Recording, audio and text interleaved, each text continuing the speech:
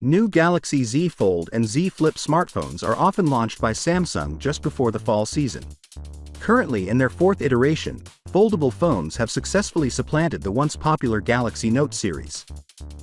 Without a doubt, the Samsung Galaxy Z Fold 5 will join the top-of-the-line Galaxy S23 Ultra as the company's most expensive smartphone this year. While the smartphones have mostly retained their appearance year after year, Samsung has consistently improved its foldable funk formula.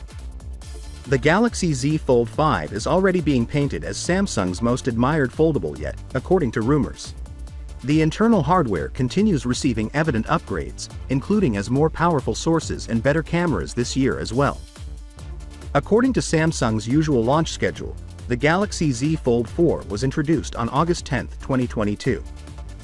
The Z Fold 3 was also revealed in August, however it was closer to the end of the month.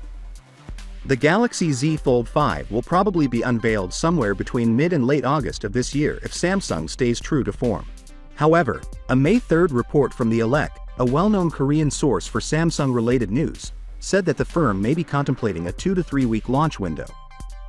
According to a different Korean magazine, the Galaxy Z Fold 5 will be on sale on July 26. This suggests that the device may launch in July rather than August. You don't have any official information regarding the Samsung Galaxy Z Fold 5, and it's expected that sales will start a week or two after the unveiling.